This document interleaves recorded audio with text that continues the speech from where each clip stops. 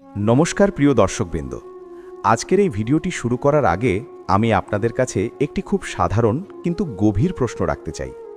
আপনি কি কখনো এমন সময়ের মধ্যে দিয়ে গেছেন যখন মনে হয়েছে সব কিছু আপনার বিপরীত দিকে যাচ্ছে? যতই চেষ্টা করছেন ততই যেন জীবন কঠিন হয়ে উঠছে। মানুষ আপনাকে ভুল বুঝছে, পরিস্থিতি আপনার নিয়ন্ত্রণে নেই, আর মনে মনে আপনি বারবার ভগবানের কাছে প্রশ্ন করছেন, হে ভগবান, আমি কি এমন ভুল করলাম? হিন্দু ধর্ম বলে এই প্রশ্ন ওঠা মানেই আপনি ভুল পথে নন, বরং আপনি এক বিশেষ সময়ের মধ্যে দিয়ে যাচ্ছেন। আমাদের শাস্ত্রে বলা হয়েছে ভগবান কাউকে হঠাৎ কষ্ট দেন না, তিনি আগে ইঙ্গিত দেন, শিক্ষা দেন, তারপর পরীক্ষা নেন। এই পরীক্ষার উদ্দেশ্য কখনো মানুষকে ভেঙে দেওয়া নয়, বরং মানুষের ভেতরের শক্তি, ধৈর্য আর বিশ্বাসকে জাগিয়ে তোলা। ঠিক যেমন অর্জুন যুদ্ধক্ষেত্রে ভেঙে পড়েছিলেন, কিন্তু সেই মুহূর্তেই শ্রীকৃষ্ণ তাকে গীতা উপদেশ দিয়েছিলেন। আজকের এই ভিডিওতে আমরা জানব সেই গুরুত্বপূর্ণ লক্ষণগুলো, যেগুলো দেখলেই বুঝবেন ভগবান নিজেই আপনাকে পরীক্ষা করছেন। ভিডিও শুরু করার আগেই আপনাদের কাছে একটি ছোট্ট অনুরোধ। এই ধরনের ধর্মীয় ও জীবনবোধমূলক ভিডিও যদি আপনার ভালো লাগে, তাহলে এখনই ভিডিওটিতে একটি লাইক দেবেন, আপনার অনুভূতি কমেন্টে লিখে জানাবেন, আর পরিবারের ও বন্ধুদের সাথে শেয়ার করবেন। এমন আরও জেনে নেওয়া যাক ভগবানের পরীক্ষার 7টি লক্ষণ। 1. হঠাৎ করে জীবনে কষ্ট বেড়ে যাওয়া। ভগবান যখন কাউকে পরীক্ষা করেন, তখন প্রথম যে লক্ষণটি দেখা যায় তা হল হঠাৎ করে জীবনে কষ্ট বেড়ে যাওয়া। এক সময় যে জীবনটা স্বাভাবিক মনে হচ্ছিল, সেখানে অজানা কারণে সমস্যা আসতে শুরু করে।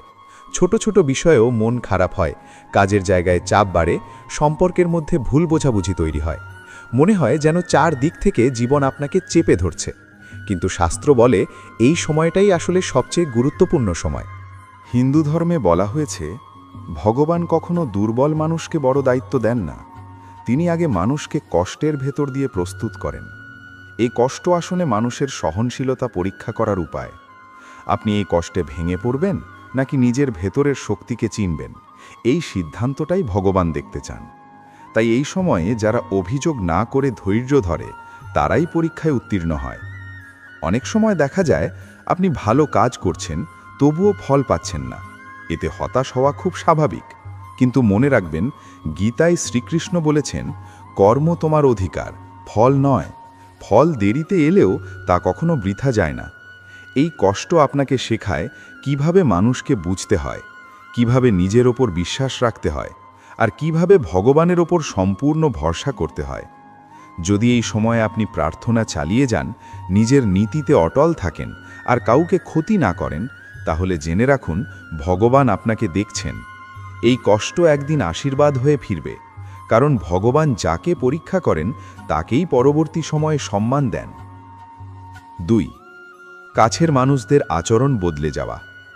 ভগবানের পরীক্ষার দ্বিতীয় বড় লক্ষণ হল হঠাৎ করে কাছের মানুষদের আচরণ বদলে যাওয়া। যাদের ওপর আপনি সবচেয়ে বেশি ভরসা করতেন, তারা আপনাকে বুঝতে চায় না। কেউ কথা কমিয়ে দেয়, কেউ অবহেলা করে, কেউ আবার দূরে সরে যায়। এতে মনে হয় আমি কি একাই হয়ে যাচ্ছি?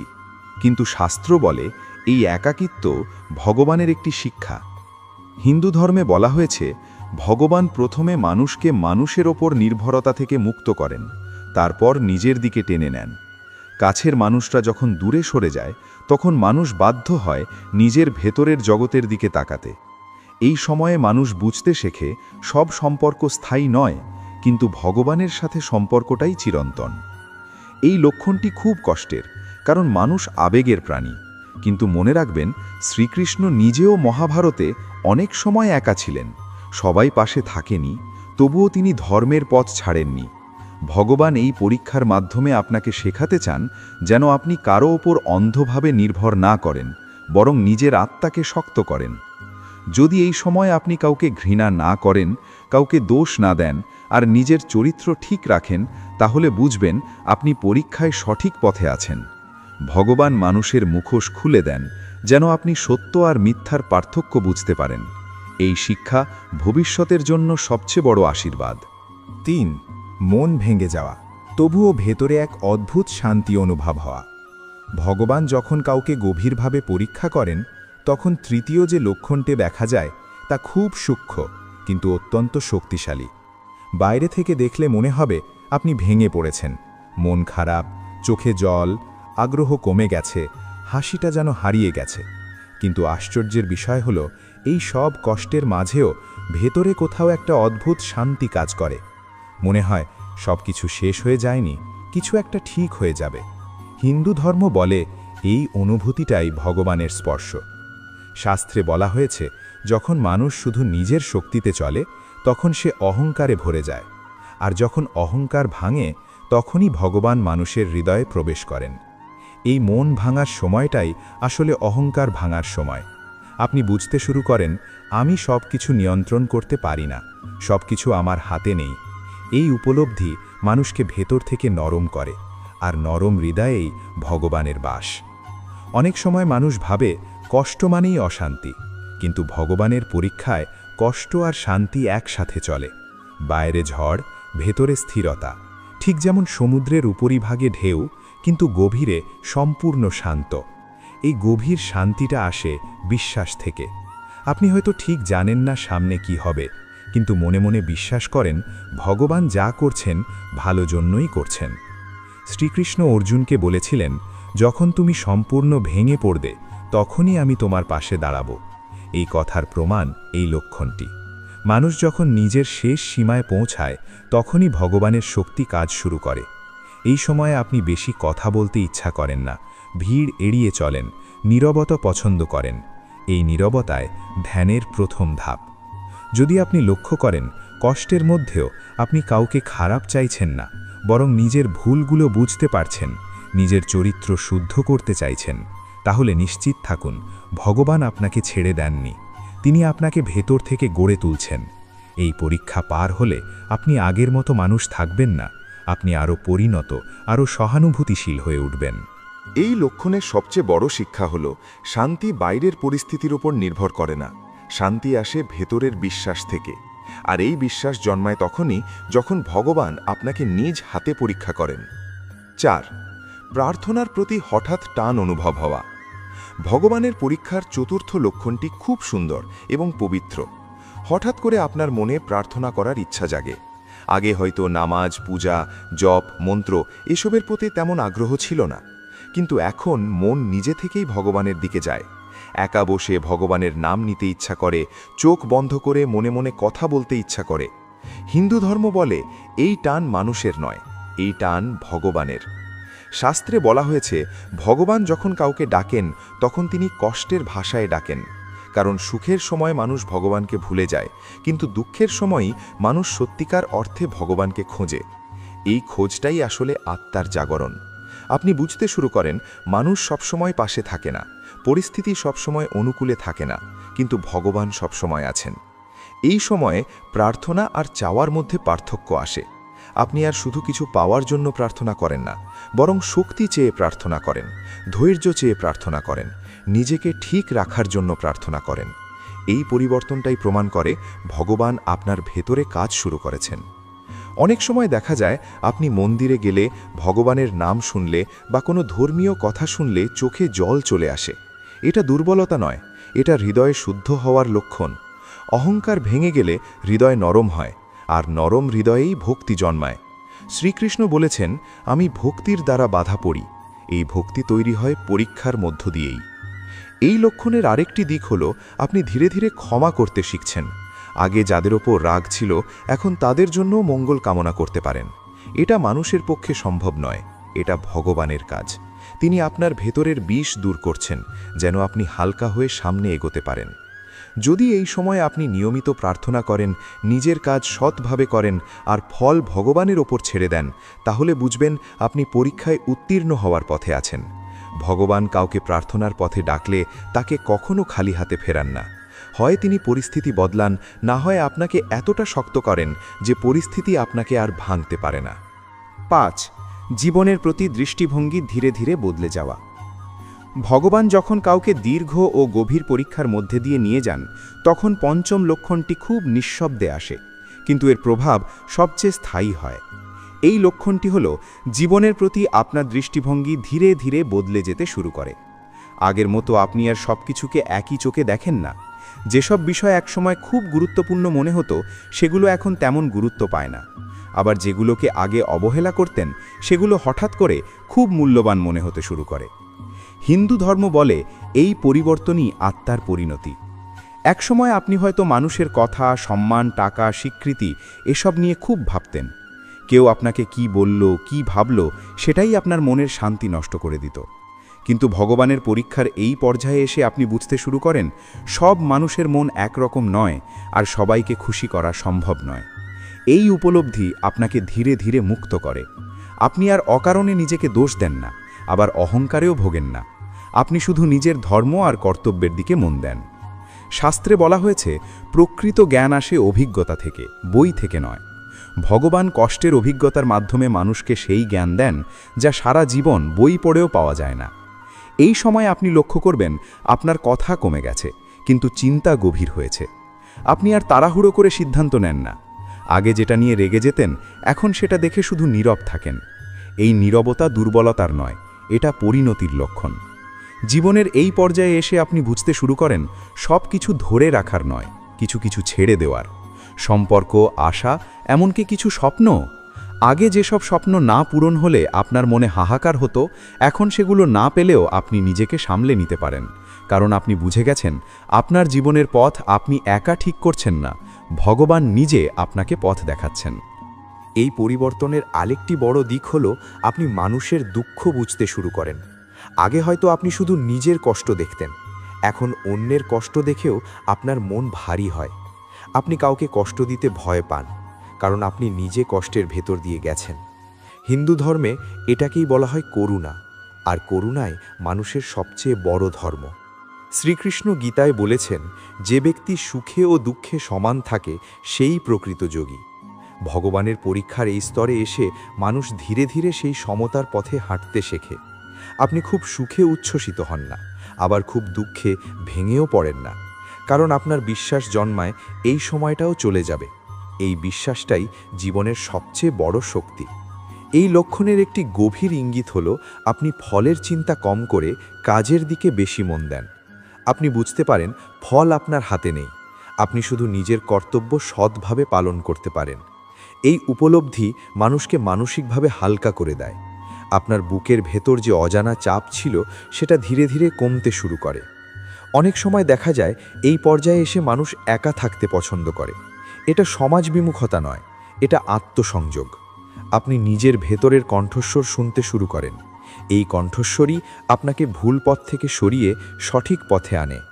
হিন্দু শাস্ত্রে একে বলা হয় আত্মবোধ, যা খুব কম মানুষ অর্জন করতে পারে। এই লক্ষণটি প্রমাণ করে ভগবান শুধু আপনার পরিস্থিতি বদলাতে চান না, তিনি আপনাকে মানুষ হিসেবে বদলাতে চান। কারণ পরিস্থিতি বদলালেও মানুষ যদি আগের মতোই থাকে তাহলে আবার কষ্ট ফিরে আসে, কিন্তু মানুষ বদলে গেলে পরিস্থিতি আর তাকে ভাঙতে পারে না। এই পরিবর্তনটাই ভগবানের সবচেয়ে বড় আশীর্বাদ। যদি আপনি লক্ষ্য করেন আপনার জীবনে ধীরে ধীরে শান্ত গ্রহণযোগ্যতা আসছে, আপনি সব কিছুকে ভগবানের ইচ্ছা বলে মেনে নিতে শিখছেন আর নিজের চরিত্র ঠিক রাখার চেষ্টা করছেন, তাহলে নিশ্চিত থাকুন আপনি ভগবানের পরীক্ষার খুব গুরুত্বপূর্ণ ধাপে পৌঁছে গেছেন। এই ধাপ পার হলে জীবন আগের মতো আর থাকবে না, কিন্তু আপনি আরও স্থির, আরও গভীর, আরও আলোকিত মানুষ হয়ে উঠবেন। 6. একা হয়ে যাওয়া কিন্তু ভিতরে ভিতরে শক্ত হয়ে ওঠা। ভগবান যখন কাউকে জীবনের সবচেয়ে গভীর পরীক্ষার মধ্যে দিয়ে নিয়ে যান, তখন ষষ্ঠ লক্ষণটি আসে নিঃশব্দে, কিন্তু এর প্রভাব মানুষের আত্মার ওপর সবচেয়ে বেশি পড়ে। এই লক্ষণটি হলো মানুষ ধীরে ধীরে একা হয়ে যেতে থাকে। চারপাশে মানুষ থাকলেও মনে হয় কেউ আসলে আপনাকে পুরোটা বুঝছে না। কথা বলার লোক আছে, কিন্তু মনের কথা বলার মানুষ নেই। এই একাকিত্ব খুব যন্ত্রণার, কিন্তু হিন্দু ধর্ম বলে এই একাকিত্ব এই আত্মার প্রকৃত বিদ্যালয়। মানুষ সাধারণত একা হতে ভয় পায়, কারণ একা মানে নিজের মুখোমুখি হওয়া। ভগবান যখন কাউকে পরীক্ষা করেন, তখন তিনি মানুষের চারপাশের কোলাহল ধীরে ধীরে সরিয়ে দেন, যেন মানুষ নিজের ভেতরের কণ্ঠস্বর শুনতে পায়। শাস্ত্রে বলা হয়েছে আত্মজ্ঞান কখনো ভিড়ের মধ্যে আসে না, আত্মজ্ঞান আসে নীরবতায়। এই নীরবতার মধ্যেই ভগবান মানুষের সাথে কথা বলেন। এই সময়ে আপনি লক্ষ্য করবেন আগের মতো গল্প, আড্ডা, হাসি এসব আর টানে না। যেগুলো একসময় আনন্দ দিত সেগুলো এখন ফাঁকা মনে হয়। এটা বিষণ্ণতা নয়, এটা ভেতরের পরিবর্তন। আপনার আত্মা এখন গভীর কিছু খুঁজছে। ভগবান আপনাকে শেখাতে চান বাইরের আনন্দ ক্ষণস্থায়ী, কিন্তু ভেতরের স্থিরতা চিরস্থায়ী। শ্রীকৃষ্ণ নিজেও এই একাকিত্বের পথ দিয়ে গেছেন। মহাভারতের যুদ্ধের আগে তিনি জানতেন শেষ পর্যন্ত তিনি একাই থাকবেন, তবুও তিনি ধর্মের পথ ছাড়েননি, কারণ ভগবান জানেন সত্যের পথে চললে একা হতে হয়। এই একাকিত্ব কোনো অভিশাপ নয়, এটা নির্বাচিত হওয়ার লক্ষণ। এই পর্যায়ে এসে মানুষ ধীরে ধীরে শক্ত হতে শুরু করে।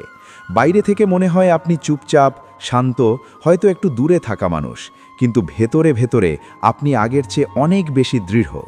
আগে যেসব কথা আপনাকে ভেঙে দিত, এখন সেগুলো আর আপনাকে নাড়া দেয় না, কারণ আপনি বুঝতে শিখেছেন সব কথার হৃদয়ে নেমার নয়, সব মানুষকে বোঝানোর নয়। এই শক্তি আসে কষ্ট সহ্য করার মধ্য দিয়ে। ভগবান কখনো সরাসরি শক্তি দেন না, তিনি পরিস্থিতি দেন, আর পরিস্থিতির মধ্য দিয়ে শক্তি জন্মায়। আপনি হয়তো বুঝতেই পারেন না, কিন্তু এই সময়ে আপনার ধৈর্য বেড়ে যায়, সহনশীলতা বেড়ে যায়, আর সিদ্ধান্ত নেওয়ার ক্ষমতা স্পষ্ট হয়।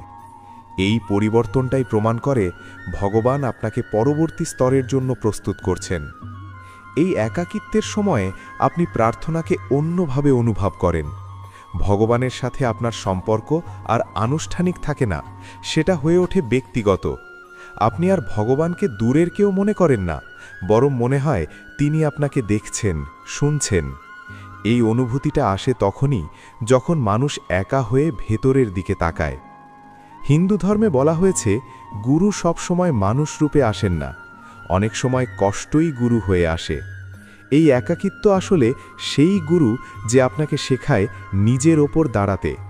আপনি ধীরে ধীরে বুঝতে শেখেন মানুষ পাশে থাকবে কিনা সেটা নিশ্চিত নয়, কিন্তু আপনার চরিত্র আর কর্ম সব সময় আপনার সাথে থাকবে।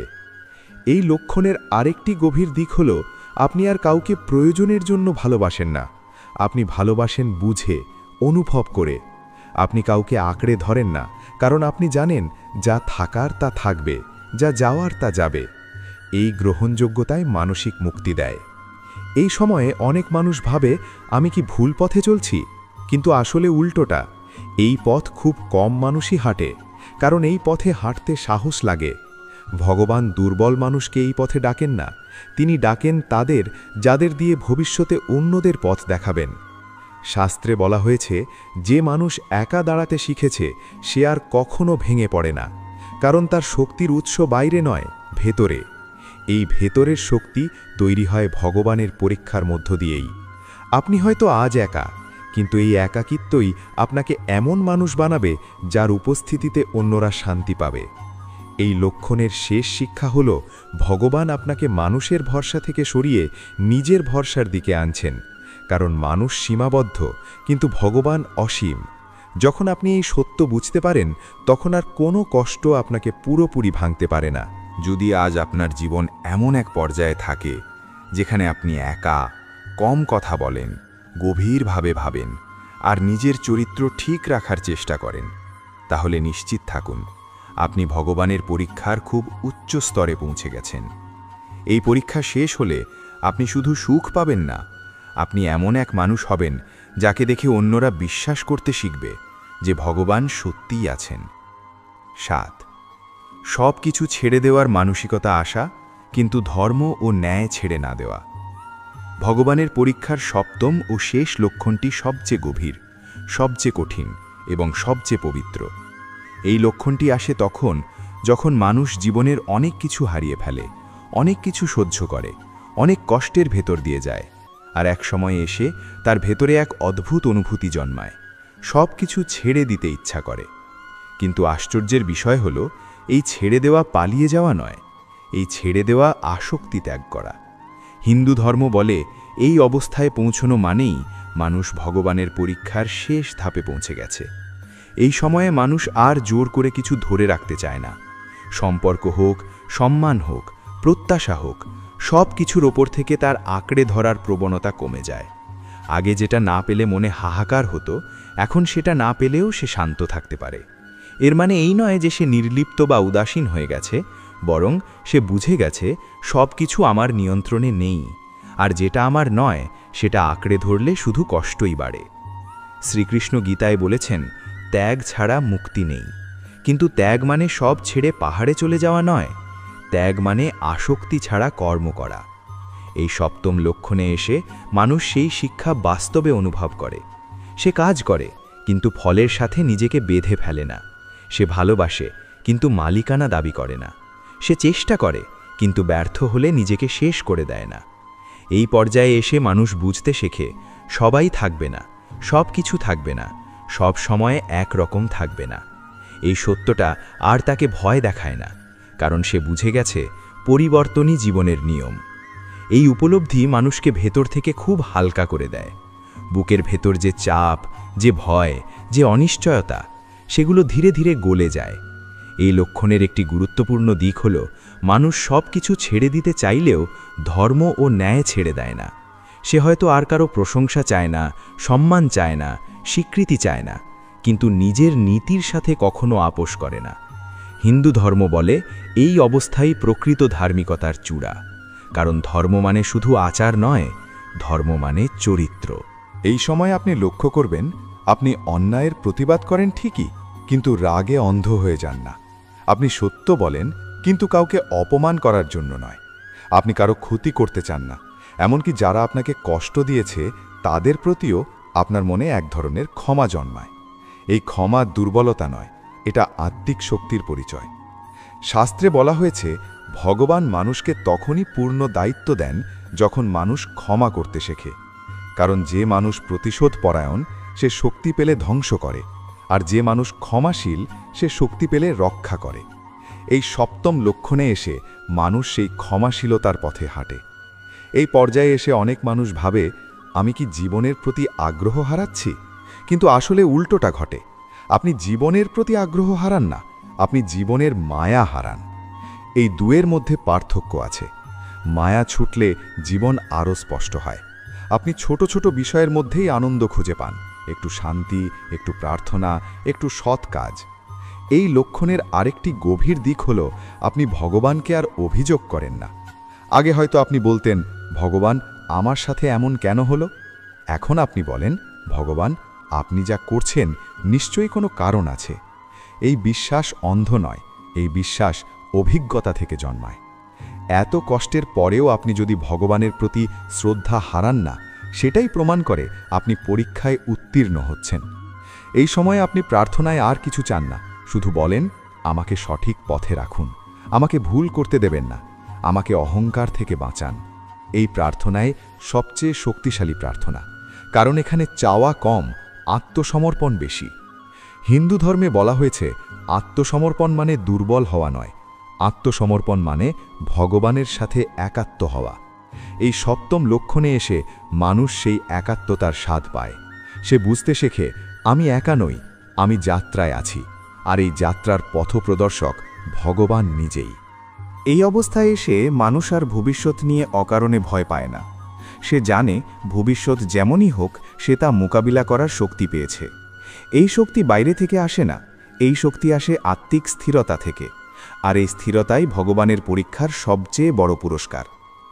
এই লক্ষণের শেষ এবং সবচেয়ে গুরুত্বপূর্ণ শিক্ষা হল, ভগবান আপনাকে সব কিছু থেকে খালি করেন যেন আপনাকে নিজে দিয়ে ভরতে পারেন। যতক্ষণ মানুষ জিনিসে ভরা থাকে ততক্ষণ ভগবানের জন্য জায়গা থাকে না, কিন্তু যখন মানুষ ছেড়ে দিতে শেখে তখন তার হৃদয়ে ভগবান স্থায়ীভাবে বাস করেন।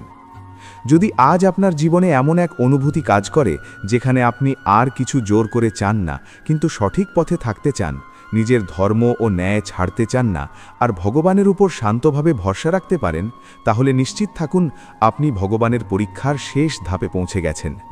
এই ধাপের পর আর পরীক্ষা থাকে না, থাকে শুধু দায়িত্ব, আর সেই দায়িত্ব হল নিজে আলো হয়ে অন্যদের পথ দেখানো। এই পর্যায়ে এসে মানুষ নিজের জীবনের ঘটনাগুলোকে আর বিচ্ছিন্ন বলে মনে করে না। আগে যেগুলোকে সে দুর্ভাগ্য, শাস্তি বা অন্যায় বলে ভাবত, এখন সেগুলোকেই সে শিক্ষা হিসেবে দেখতে শেখে। সে বুঝতে পারে একটা কষ্ট আরেকটা কষ্টের সাথে যুক্ত ছিল, আর সব কষ্ট মিলেই তাকে এই জায়গায় এনে দাঁড় করিয়েছে। হিন্দু ধর্মে বলা হয়েছে, জীবনে কিছুই আকস্মিক নয়, প্রতিটি ঘটনা মানুষের কর্মফলের সাথে জড়িত, আর প্রতিটি কর্মফল মানুষকে পরিণতির দিকে নিয়ে যায়। এই অবস্থায় এসে মানুষ আর নিজের অতীতকে ঘৃণা করে না।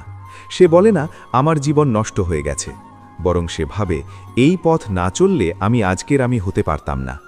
এই দৃষ্টিভঙ্গির পরিবর্তনটাই ভগবানের পরীক্ষার বড় সাফল্য, কারণ অতীতকে মেনে নিতে পারা মানেই নিজের আত্মাকে মেনে নেওয়া। আর যে মানুষ নিজেকে মেনে নিতে পারে সে আর কাউকে হিংসা করে না, কারো সাথে তুলনা করে না। এই সময়ে মানুষের ভিতরের অহংকার প্রায় সম্পূর্ণ ভেঙে যায়। সে আর নিজেকে বিশেষ বা অন্যদের থেকে বড় ভাবতে চায় না, আবার নিজেকে ছোটও মনে করে না।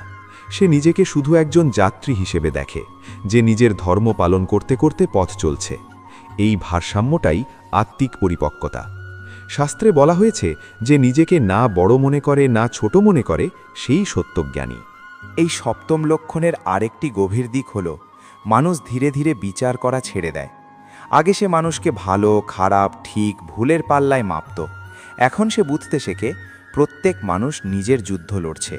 এই বোঝাপড়া থেকে করুণা জন্মায়, আর করুণাই ভগবানের সবচেয়ে প্রিয় গুণ। কারণ ভগবান কাউকে ঘৃণা করেন না, তিনি শুধু শিক্ষা দেন। এই পর্যায়ে এসে আপনি লক্ষ্য করবেন আপনার রাগ আগের মতো তীব্র হয় না। কষ্ট পেলে হয়, কিন্তু সেটা দীর্ঘস্থায়ী হয় না, কারণ আপনি বুঝে গেছেন রাগ করে নিজেরই ক্ষতি হয়। এই উপলব্ধি বই পড়ে আসে না, এই উপলব্ধি আসে ভোগান্তির মধ্য দিয়ে। আর যেটা ভোগান্তির মধ্য দিয়ে আসে সেটা কখনো সহজে হারায় না। এই সপ্তম লক্ষণে এসে মানুষ জীবনের গতি ধীর করে। সে আর অযথা দৌড়ায় না। সে জানে দৌড়ে কিছু পাওয়া যায় না, ঠিক পথে হাঁটলেই যথেষ্ট। এই ধীরতা অলসতা নয়, এটা সচেতনতা। আপনি এখন কথা বলার আগে ভাবেন, সিদ্ধান্ত নেওয়ার আগে ভাবেন, কাউকে বিচার করার আগে ভাবেন। এই ভাবনাই প্রমাণ করে ভগবান আপনার বুদ্ধিকে শুদ্ধ করছেন। এই অবস্থায় এসে মানুষের ভেতরে একটা স্থির বিশ্বাস জন্মায়, যা হবে ঠিকই হবে। এই বিশ্বাস ভাগ্যের ওপর ছেড়ে দেওয়া নয়, এই বিশ্বাস ভগবানের উপর ভরসা। আপনি নিজের কাজ করবেন, নিজের ধর্ম পালন করবেন, কিন্তু ফল নিয়ে অস্থির হবেন না। এই শিক্ষা গীতার সার কথা। আর এই সার কথা মানুষ বোঝে তখনই যখন সে পরীক্ষার শেষ ধাপে পৌঁছায়। এই সময়ে আপনি লক্ষ্য করবেন আপনার প্রার্থনা আরও নীরব হয়ে গেছে, শব্দ কমে গেছে, অনুভূতি বেড়েছে। আপনি হয়তো বেশি মন্ত্র বলেন না, কিন্তু অল্প বলেই গভীরভাবে বলেন। এই গভীরতাই প্রমাণ করে আপনার ভক্তি এখন প্রদর্শনের জন্য নয়, সংযোগের জন্য। ভগবান বাহ্যিক আচার দেখেন না, তিনি হৃদয়ের অবস্থা দেখেন। এই সপ্তম লক্ষণের আরেকটি গুরুত্বপূর্ণ দিক হল আপনি আর নিজের জীবনকে অন্যের জীবনের সাথে তুলনা করেন না। কারো সাফল্য আপনাকে ঈর্ষান্বিত করে না, কারো ব্যর্থতা আপনাকে আনন্দ দেয় না। আপনি সবাইকে তাদের নিজের পথে চলতে দেন। এই উদাসীনতা নয়, এই সম্মান। আপনি জীবনকে তার নিজের নিয়মে চলতে দেন। এই পর্যায়ে এসে অনেক সময় মানুষ অল্পতেই খুশি হতে শেখে। বড় কিছু না পেলেও সে কৃতজ্ঞ থাকে। একটু শান্ত ঘুম, একটু নির্ভার মন, একটু সৎ কাজ, এসবই তার কাছে বড় আশীর্বাদ মনে হয়। এই কৃতজ্ঞতাই মানুষকে ভেতর থেকে ধনী করে তোলে। শাস্ত্রে বলা হয়েছে, যে কৃতজ্ঞ হতে পারে সে কখনো দারিদ্র্য অনুভব করে না। এই সপ্তম লক্ষণের গভীরে আরেকটি সত্য লুকিয়ে আছে। ভগবান এখন আপনাকে ব্যবহার করতে চান। ব্যবহার মানে শোষণ নয়, ব্যবহার মানে উদ্দেশ্য দেওয়া। এত কষ্ট, এত শিক্ষা, এত পরিবর্তন সবই বৃথা যায় না। ভগবান এমন মানুষকেই বেছে নেন যারা ভেঙে আবার দাঁড়াতে শিখেছে, কারণ তারাই অন্যদের ভাঙা অবস্থায় বুঝতে পারে। এই অবস্থায় এসে আপনি হয়তো খেয়াল করবেন মানুষ অজান্তেই আপনার কাছে শান্তি খুঁজে পায়। তারা আপনার সাথে কথা বলতে ভালোবাসে, আপনার পাশে বসে হালকা অনুভব করে। আপনি কিছু বলেন না, তবুও মানুষ সান্ত্বনা পায়। এটাই আত্মিক শক্তির লক্ষণ। এই শক্তি চেঁচিয়ে আসে না, এটা নীরবে কাজ করে। এই সপ্তম লক্ষণের শেষ দিকে এসে মানুষ এক অদ্ভুত নির্ভয়তা অনুভব করে। মৃত্যু, ক্ষতি, একাকিত্ব এসব ভাবলেও আর আগের মতো ভয় লাগে না, কারণ সে বুঝে গেছে জীবন শুধু শরীরের নয়, জীবন আত্মার, আর আত্মা কখনো নষ্ট হয় না। এই উপলব্ধি মানুষকে সত্যিকার অর্থে মুক্ত করে। এই মুক্তি মানে সংসার ছেড়ে যাওয়া নয়, এই মুক্তি মানে সংসারে থেকেও বন্ধন মুক্ত থাকা। আপনি কাজ করবেন, সম্পর্ক রাখবেন, দায়িত্ব পালন করবেন, কিন্তু ভেতরে ভেতরে স্বাধীন থাকবেন। এই অবস্থাটাই হিন্দু ধর্মে জীবন মুক্ত অবস্থা বলে। যদি আজ আপনার জীবনে এমন এক জায়গা আসে যেখানে আপনি আর কিছু জোর করে চান না, কাউকে জোর করে ধরে রাখেন না, নিজের ধর্ম ও ন্যায় আঁকড়ে ধরে শান্তভাবে চলতে পারেন, আর ভগবানের প্রতি কৃতজ্ঞ থাকতে পারেন, তাহলে জেনে রাখুন আপনি শুধু পরীক্ষায় উত্তীর্ণ হননি, আপনি ভগবানের উদ্দেশ্যের অংশ হয়ে উঠেছেন। এই অবস্থার পর আর ভগবান মানুষকে ভাঙেন না। এরপর তিনি মানুষকে দায়িত্ব দেন, আর সেই দায়িত্ব হল নিজের আলো দিয়ে অন্যদের অন্ধকারে একটু পথ দেখানো। প্রিয় দর্শকবৃন্দ, আজ যদি আপনি এই ভিডিওটা শেষ পর্যন্ত দেখে থাকেন, তাহলে ধরে নিন ভগবান নিজেই আপনাকে এখানে নিয়ে এসেছেন। কারণ যে মানুষ পরীক্ষার ভেতর দিয়ে যায়, সেই মানুষই এই কথাগুলোর গভীরতা অনুভব করতে পারে। মনে রাখবেন, ভগবান কাউকে ভাঙার জন্য পরীক্ষা করেন না, তিনি পরীক্ষা করেন গড়ে তোলার জন্য। আপনি যে কষ্টের মধ্যে দিয়ে যাচ্ছেন, সেটাই একদিন আপনার সবচেয়ে বড় শক্তি হয়ে দাঁড়াবে। শুধু নিজের ধর্ম, ন্যায় আর মানবিকতা ছেড়ে দেবেন না, বাকি সব ভগবান সামলে নেবেন। এই ভিডিওটা যদি আপনার হৃদয় ছুঁয়ে যায়, তাহলে একটি লাইক দিয়ে আমাদের অনুপ্রাণিত করুন, আপনার অনুভূতি কমেন্টে লিখে জানান, আর এই বার্তা যা আপনার প্রিয় মানুষদের সাথে শেয়ার করুন। হয়তো আপনার শেয়ারই কারো ভাঙা মনকে শক্ত করে তুলবে। এমন আরও ধর্মীয় ও জীবনবোধমূলক ভিডিও পেতে